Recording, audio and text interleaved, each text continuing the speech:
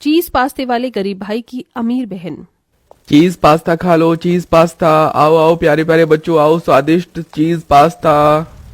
जैसे ही गरीब सूरज पास्ता लेकर आया, सभी घरों के बड़े क्या बच्चे सब ललचाए हुए दौड़े दौड़े चले आए। उनमें से एक सुधा थी, उसने मुस्कुराकर पूछा, आज आने में बड़ी देर लगा दी सूरज भैया। मेरा मुन्ना सुबह से आपकी ही बाट जो रहा था। जब से इसकी जुबान पर अपना चीज पास्ता का स्वाद क्या लगा है, बड़ी ही चटोरी जीभ हो गई है इसकी। मुझे चीज पास्ता खाना है, चीज पास्ता खाना है, जल्दी से दो ना। अले ले ले, मेरा मुन्ना को चीज पास्ता खाना है, अच्छा ये लो। सूरज का स्वभाव बहुत ही हंसमुख था। यूं तो उसने अपनी जिंदगी में धन तो नहीं कमाया था, मगर लोगों से प्यार और इज्जत बहुत कमाई थी। मगर ये आज की इस दुनिया का कड़वा सच है। ये दुनिया इज्जत भी उसी को करती है जिसके पास दौलत हो। सूरज के परिवार में बस उसकी बहन अवनी थी, जिसमें सूरज की जान बसती थी। वो बहुत छोटा था जब सिर से माँ बाप का साया भी उठ गया था। ऐसे में सूरज की पढ़ाई लिखाई छूट गई और गुजारे के लिए वो चीज पास्ता बनाकर गली गली में घूमकर बेचा करता। दिन भर पास्ता बेचकर घर लौटते रास्ते में उसने भगवान का धन्यवाद दिया। भगवान की दया से आज तो सारा पास्ता बिक गया, कमाई भी अच्छी हुई है। तभी सूरज हलवाई की दुकान देखकर रुक गया। अवनी को रसमलाई कितनी भाती है, उसके लिए खरीद लेता हूँ, देखेगी तो खुश हो जाएगी। कहो भाई क्या दूं?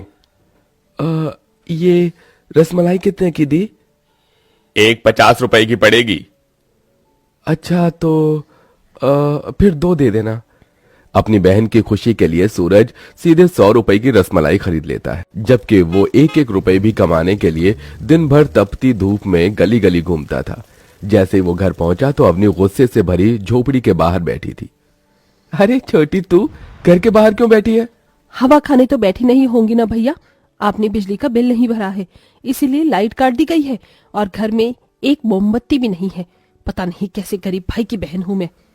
अवनी का ये कहना सूरज के दिल पर जा लगा। फिर भी उसने मुस्कुराकर कहा, अच्छा ये सब छोड़, ये देख मैं तेरे लिए तेरी मनपसंद रसमलाई लाया हूं, खा ले मेरे लिए।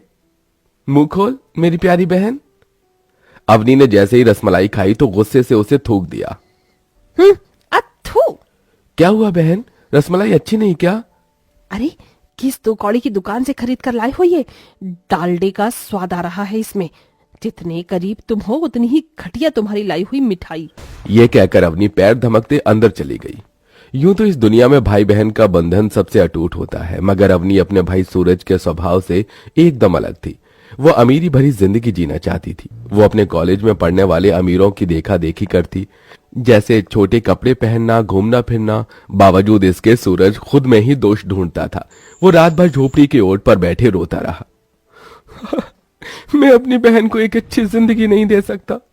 अब से मैं गली गली घूमकर नहीं बल्कि बाजार में चीज पास्ता बेचूंगा और कल बिजली का बिल भर दूंगा सबसे पहले, ताकि मेरी बहन को पढ़ने में तकलीफ ना हो।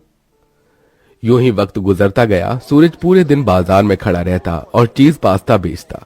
थोड़े दिन बाद सूरज अवनी के लिए रिश्ते देखने लगा। उस दिन अवनी गुनगुनाते हुए पर्स टांगे ऊंची सैंडल में घर आई। ला ला ला ला ला ला ला ला। सूरज ने तस्वीर दिखाते हुए कहा, अवनी ये देख, मैंने तेरे लिए ये कुछ रिश्ते देखे हैं। ये लड़का गांव के सरकारी स्कूल में मास्टर है और एक ये दूसरा, ये बैंक में चपरासी के पद पर है। तू बस हाँ कर दे। तस्वीर देखकर अवनी ने दांत पीस लिए और बौखला कर बोली, मुझे तुमसे यही उम्मीद थी भैया, तुम मेरे लिए ऐसा ही कोई गया गुजरा रिश्ता ढूंढोगे। मगर एक चपरासी या मामूली से स्कूटर मास्टर से मैं शादी करके अपने आगे की सारी जिंदगी गरीबी में नहीं बिताना चाहती। मैंने अपने लिए लड़का ढूंढ लिया है और उसी से शादी करूंगी। अपनी बहन के इस फैसले को सुनने के बाद भी उस गरीब भाई ने मन के गमों को होठों पर आने नहीं दिया। अरे कौन वो खुश नसीब जिसे मेरी बहन ने चुना है? रोहित नाम है उसका, बिजनेसमैन है, नौकर चाकर है, कई कई गाड़ियां हैं उसके। घर में देखो तो पता चले भैया। तुम तो पास्ता बेचकर भी मुझे इस गरीबी के सिवा कुछ दे नहीं पाए। बस मेरी शादी अच्छे से कर देना, इतना तो कर ही सकते हो अपनी छोटी बहन के लिए। सूरज ने डबडबाई आंखों से अपनी बहन की ओर देखकर कहा, तू चिंता मत कर बहन, तेरा यह गरीब भाई तेरी शादी बड़े धूमधाम से करेगा, तू देखना। उस रात सूरज ने एक बक्से को खोला जिसमें कुछ पुराने नोटों की गड्डी थी। उसने उसे गिना और दुख जताते हुए कहा, इतने सालों से चीज पास्ता बेचकर भी पाई पाई जोड़ने के बाद भी बस अब तक 20,000 ही है। फिर सूरज कर्ज लेकर बड़ी धूमधाम से बहन की विदाई करता है। अपना बड़ा सा आलीशान ससुराल देखकर अवनी खूब इतराती है। आखिर आज मेरा सपना पूरा हो गया। आज मैं इतने अमीर घर खानदान की बहू बन गई। अपर्णा ने अवनी का स्वागत किया। आओ अपर्णा बहू, इस खानदान में तुम्हारा स्वागत है। अगले दिन रोहित ने अवनी से कहा, अपनी आज तुम पगफेरे के लिए अपने घर चल रही हो ना?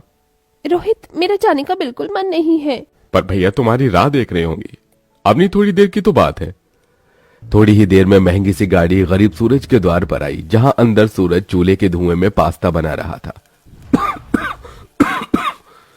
आज तो कितनी देर हो गई, बस चीज डालना रह गया।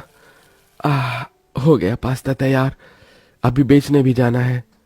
इतने में अवनी महंगी सी साड़ी और गहने पहने हाथों में पर्स टांगे अंदर आई। अपनी बहन को देखकर सूरज फूला नहीं समाया। नमस्ते सूरज भैया। अरे खुश रहिए रोहित बाबू। अवनी मेरी बहन, आजा आजा बैठना। तभी अवनी ने घमंड से भरे अंदाज में कहा, कहाँ बैठूं? इस झोपड़पट्टी में बैठने के लिए कुर्सी भी तो नहीं है। इस फटीचर चटाई पर मैं नहीं बैठूंगी।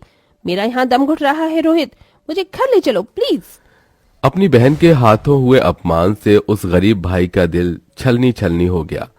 फिर भी उसने कहा, बहन शादी के बाद पहली बार अपने गरीब भाई के घर आई है, खाकर जा। ये देख मैंने चीज पास्ता बनाया है।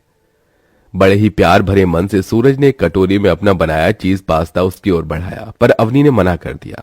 भैया, अपना ये गरीबों वाला चीज पास्ता तुम ही खाओ। आज तुम्हारी बहन की इतनी हैसियत है कि मैं 5 स्टार और 7 स्टार होटल में खाना खा सकती हूँ।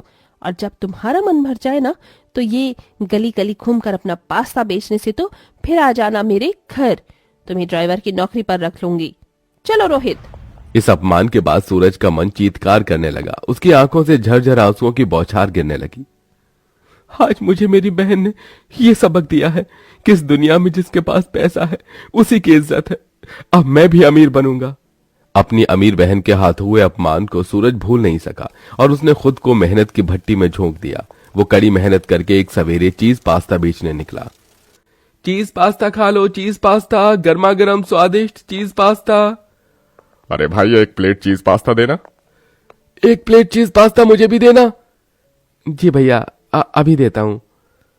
धीरे धीरे उसका छोटा मोटा पास्ते का ठेला दुकान और फिर नामी रेस्टोरेंट में बदल गया।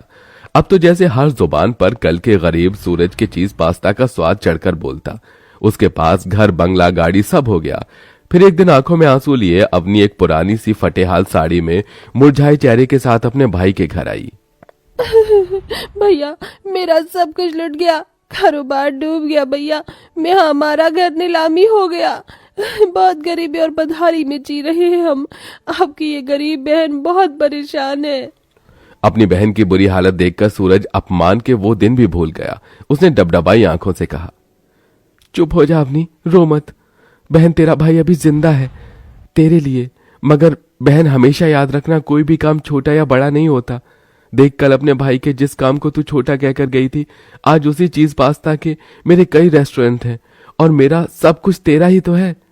इतना सब हो जाने के बाद अपने भाई के मन में अपने लिए स्नेह देखकर अपने भाई के गले लगकर गुजरे पल क्षणों को याद करके बस रोती ही गई। भैया, मुझे माफ कर दो, मैंने जो आपका दिल दुखाया है। सूरज ने सब भूलकर बदहाली में अपनी बहन की मदद की। मगर याद रखिए, वक्त बनते और बिगड़ते देर नहीं लगती, क्योंकि ये किसी एक का होकर कभी नहीं रहता।